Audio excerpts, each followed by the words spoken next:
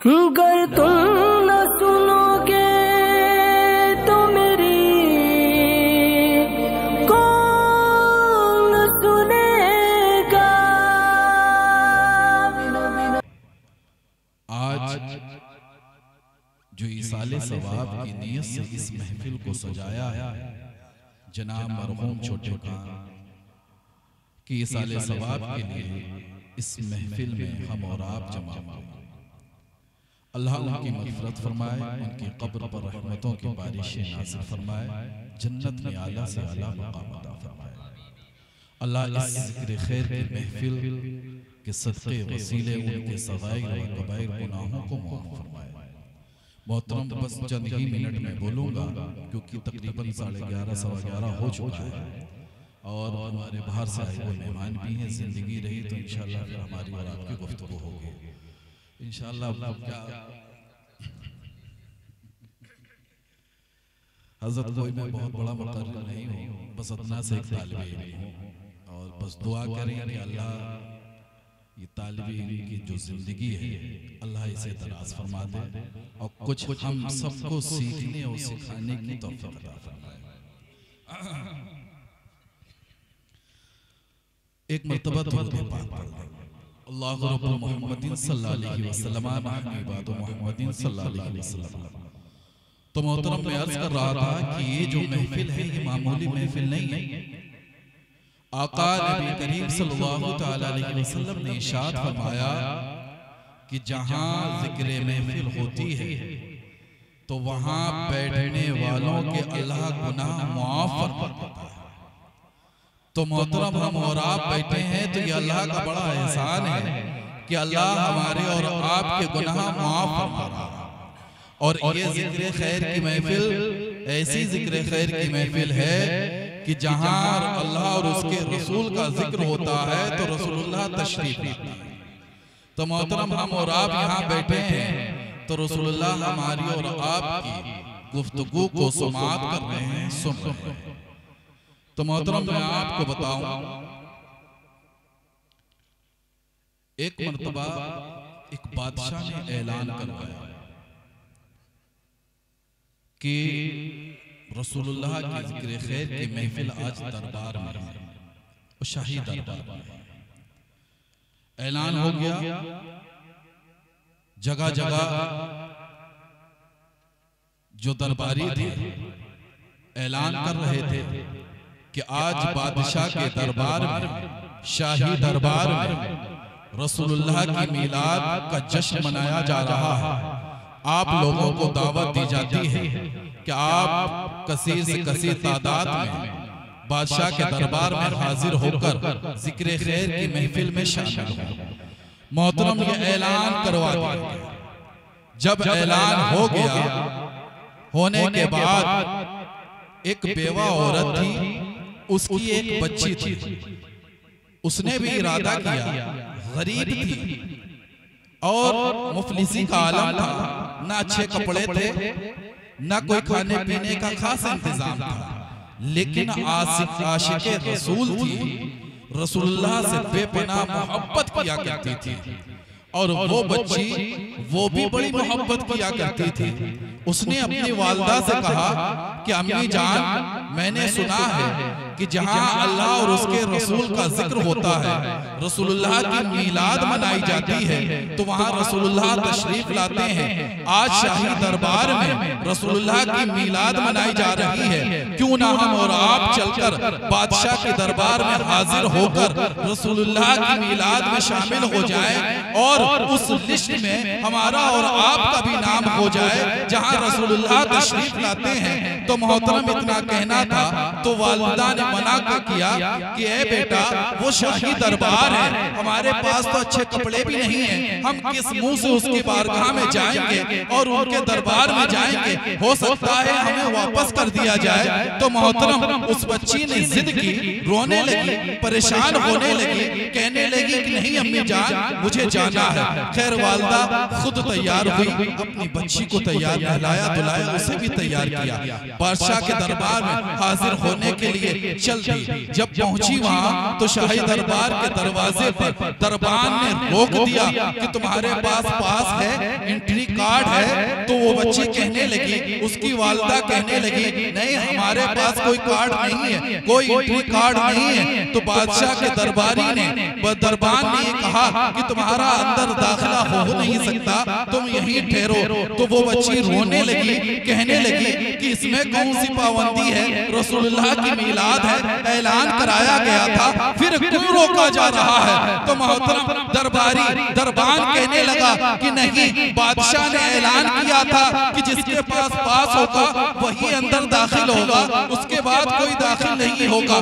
बच्ची रोने लगी, वालिदा ने समझाया कि बेटा कोई बात नहीं, यहाँ पैसे वालों का काम है, यहाँ अमीरों का काम है, यहाँ अच्छे लोगों का काम है, और चलो हम अपने घर में रसूलुल्लाह की मीलाद मनाते हैं। खैर बच्ची के समझ में आया, वो अपनी वालिदा के साथ अपने घर तशरीफ ले जाती है। घर तशरीफ ले जाने के बाद उसने अपनी अम्मी से कहा कि अम्मी हम रसूलुल्लाह की मीलाद अपने घर में मनाएंगे, और रसूलुल्लाह ने वादा किया है कि जिस घर में जिस जगह पर मेरी मीलाद होगी मैं वहां तशरीफ लाऊंगा। तो मोहतरम जब उस बच्ची ने अपनी वालिदा से कहा तो वालिदा ने साफ सफाई की, फातिहा का एहतिमाम किया, मीलाद का एहतिमाम किया, किताबें इकट्ठी करने के बाद वहां बैठने का इरादा किया, और माँ बेटे ने रसूलुल्लाह की मीलाद को पढ़ा, सलातो सलाम पढ़ा। सलाम पढ़ने के बाद थोड़ी देर के बाद देखती है कि एक शख्स आया, आने के बाद उसने दीवारों को चूमने लगा, चौखट को चूमने लगा। तो मोहतरम उसकी बच्ची ने देखा और पूछा कि तुम कौन हो। तो उसकी वालिदा निकल के आई, पूछा तुम कौन हो। तो मोहतरम जब बच्ची ने कहा तो वो बुजुर्ग फरमाने लगे कि मैं अल्लाह का महबूब बंदा हूँ, और उस बच्ची ने पूछा कि तुम मेरी चौखट को क्यों चूम रहे हो, मेरी दीवारों को क्यों चूम रहे हो, जहाँ मीलाद हुई थी उस जगह का क्यों बोसा ले रहे हो। तो मोहतरम उस बुजुर्ग ने फरमाया कि अभी रसूलुल्लाह तशरीफ लाए थे, और जो चीज रसूलुल्लाह से मस हो गई मैं इस वजह से उसका बोसा ले रहा हूँ कि रसूलुल्लाह यहाँ तशरीफ लाए। नारे तकबीर, नारे तकबीर, नारे रिसालत, नारे रिसालत, जश्न ईद मिलाद नबी, उलमाए अहले सुन्नत, नारे तकबीर, नारे रिसालत। तो मोहतरम जिस घर में रसूलुल्लाह तशरीफ ले आए तो उसका नसीबा जाग जाता है। तो हमारा और आपका अकीदा भी यही है, यकीन भी यही है कि आज हम चंद बैठे हैं लेकिन रसूलुल्लाह हमारी बातों को समाअत कर रहे हैं। फरिश्ते अपने रजिस्टर में हम सबका नाम लिख रहे हैं। तो मोहतरम अभी भी वक्त है कि जो लोग अपने घरों में आराम कर रहे हैं तो अपने नरम बिस्तरों को छोड़कर अपने नामाए आमाल में नेकियों का इजाफा करने के लिए इस जिक्र खैर की महफिल में तशरीफ ले आए। हो सकता है कि कल क़यामत के दिन हमारी और आपकी बख्शिश का ये जरिया दरूद अल्लाहु रब्बु मुहम्मदिन सल्लल्लाहु अलैहि वसल्लम नहनु इबादु मुहम्मदिन सल्लल्लाहु अलैहि वसल्लम। तो मोहतरम मैंने कुरान की एक आयत पढ़ी क्योंकि आज जलसे का जो उन्वान है अज़मते वाले, तो मैंने दो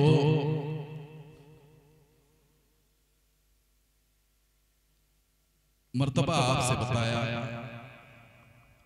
कि आज ये मुआशरा हमारा जो है बड़ा अजीब और गरीब है। आज हम अज़मते वालिदैन मना रहे हैं, अल्लाह करे कि हम सब मनाएं, लेकिन मोहतरम अज़मते वालिदैन मनाने के साथ साथ अपने वालिदैन की इज्जत भी करना चाहिए।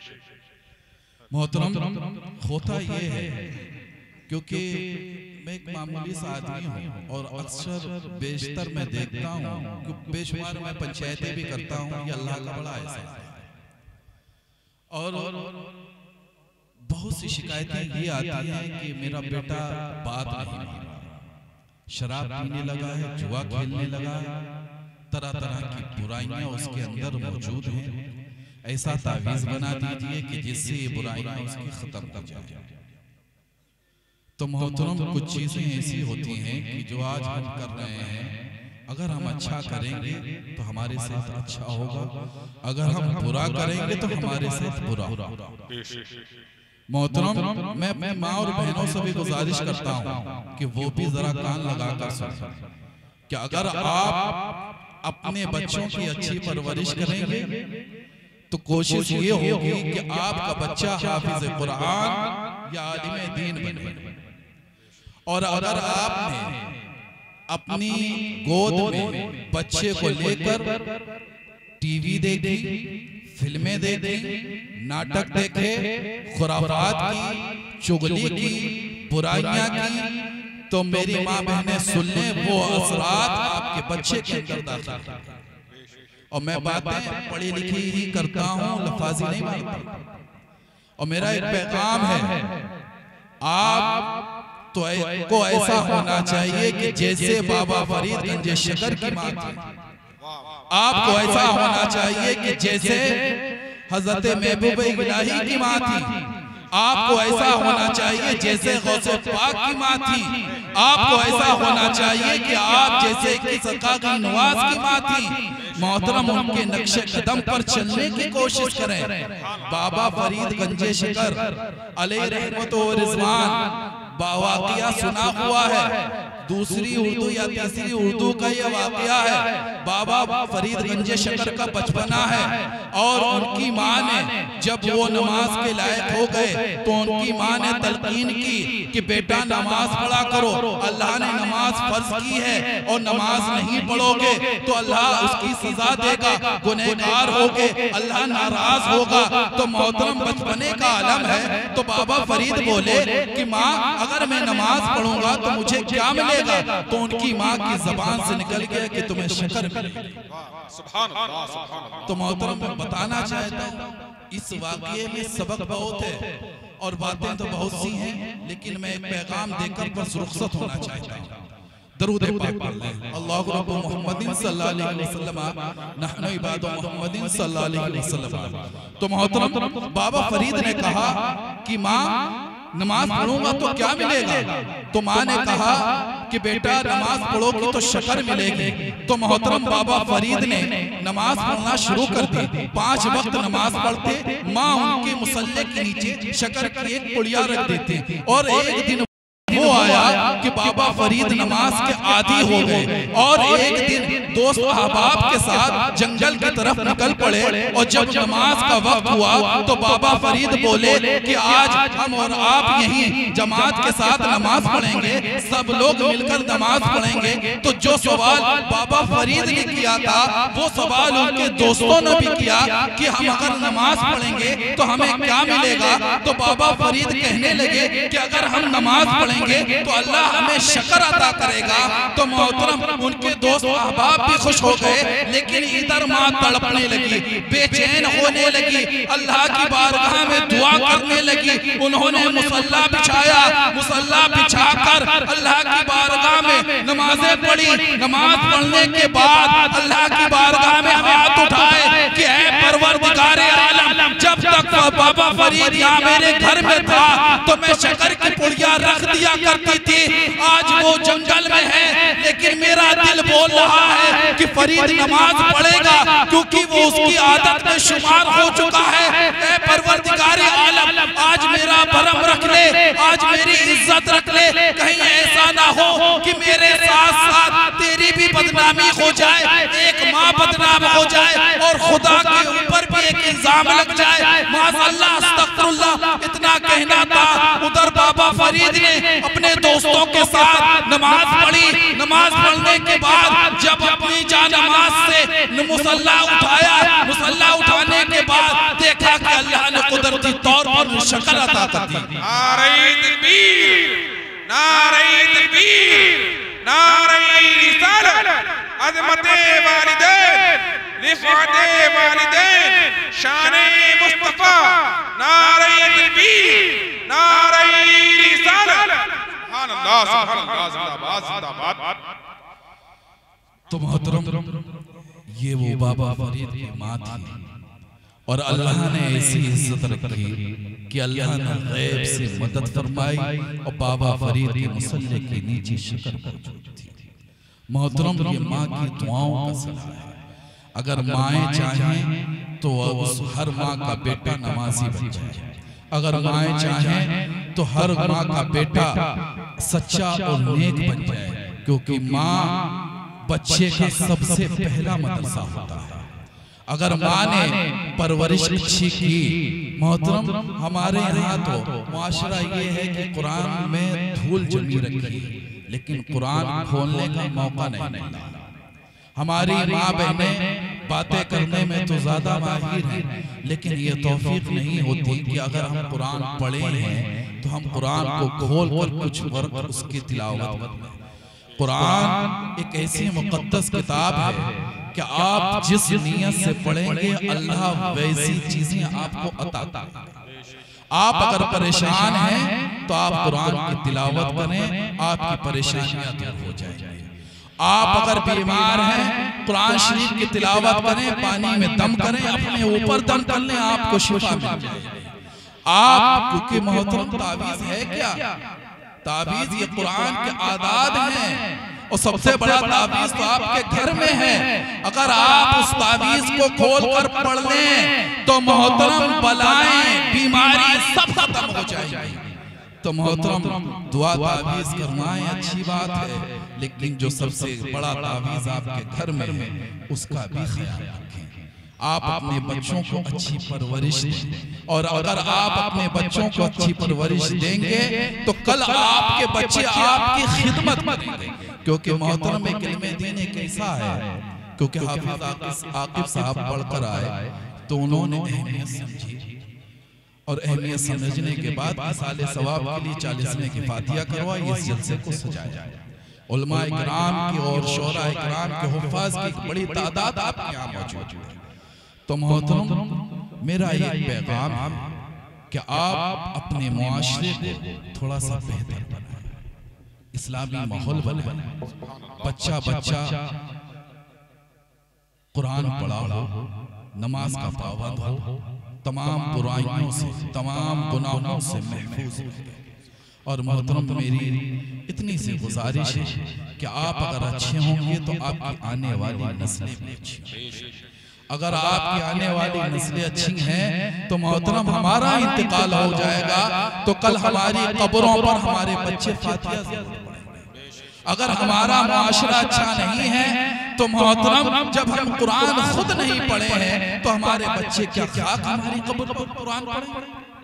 तो मोहतरम अपने बच्चों को कुरान पढ़ाएं, नमाज की तलकीन सख्ती से नमाज पढ़ाएं, उन्हें अच्छे मुआशरे की तलकीन करें, इल्म दीन भी हासिल करें, दुनियावी इल्म भी हासिल करें। मैं उससे नहीं मना करता हूँ, क्योंकि आज हमारा मुआशरा, हमारा दौर ये है कि अगर हमारे बच्चे इंग्लिश और हिंदी नहीं पढ़े होंगे तो वो इस दुनिया में बड़ी रुसवाई उठाएंगे। लेकिन मोहतरम अगर आप दीन नहीं पढ़े होंगे तो दुनिया में भी रुसवाई उठाएंगे और आखिरत में भी रुसवाई उठाएंगे। तो मोहतरम दुनिया के साथ साथ दीन की भी फिक्र करें।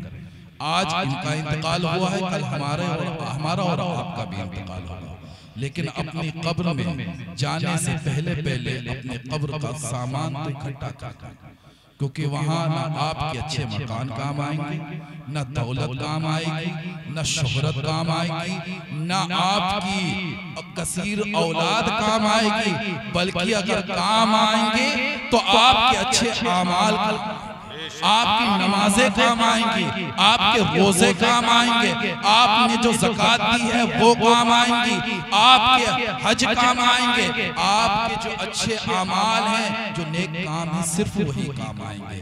और मोहतरम मेरी जिंदगी रही तो फिर मैं कभी गुफ्तगू करूंगा और चंद बातें आम फहम जबान में आपके हवाले कर दी, क्योंकि ज्यादा गाड़ी बात होती तो समझ में नहीं आती, तो फिर बाद में ये होता है यार वो तकरीर करेगा समझ में नहीं आया। बहुत ही आसान लफ्जों में मैंने दो चीजें समझाई हैं, लेकिन मोहतरम मैं अपने माँ बहनों से गुजारिश करता हूँ कि पर्दे का ख्याल रखें, क्योंकि पर्दा अल्लाह और उसके रसूल ने फर्ज किया है।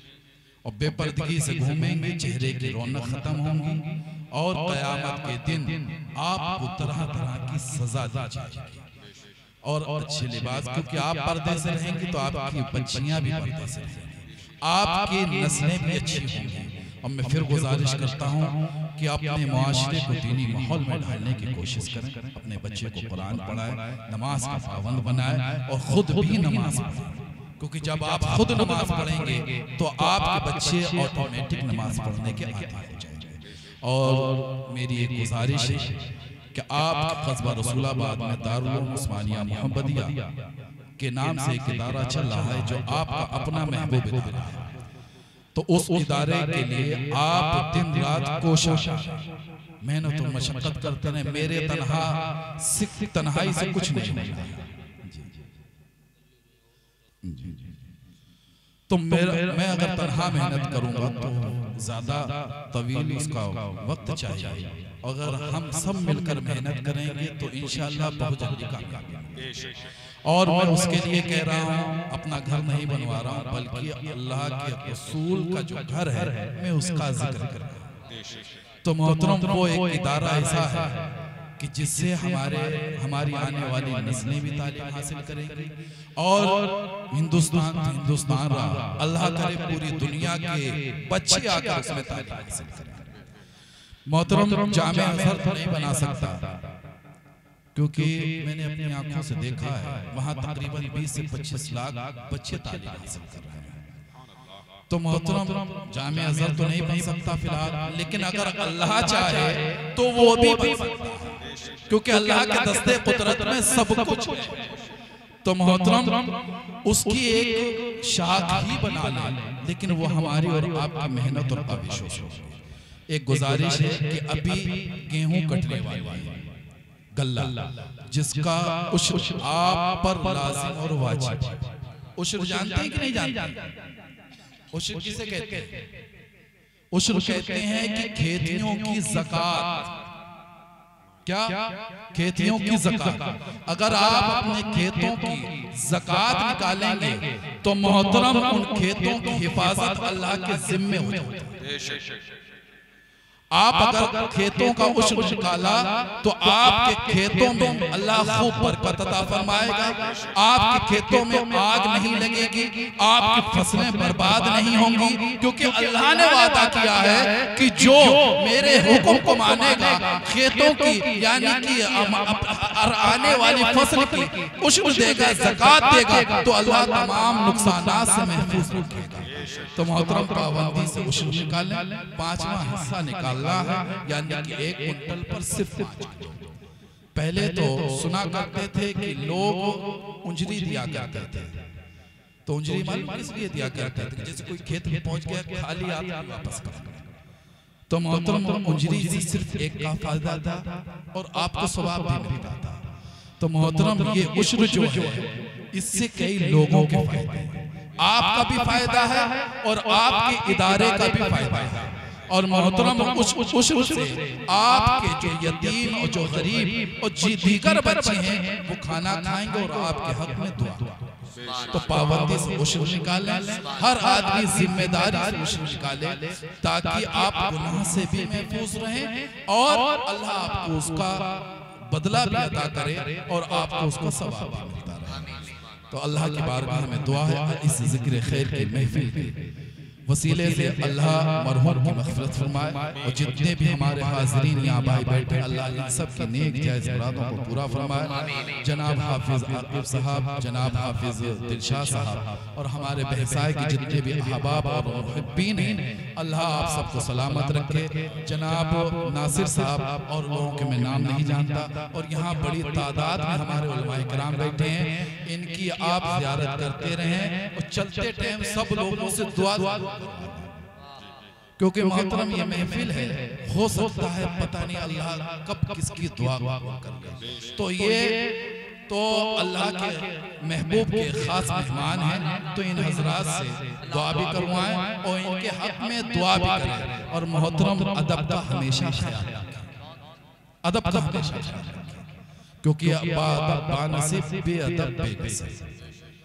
और अल्लाह की बारगाह में दुआ है अल्लाह इस महफिल को अपनी बारगाह में कबूल फरमाए। अस्तगफिरुल्लाह।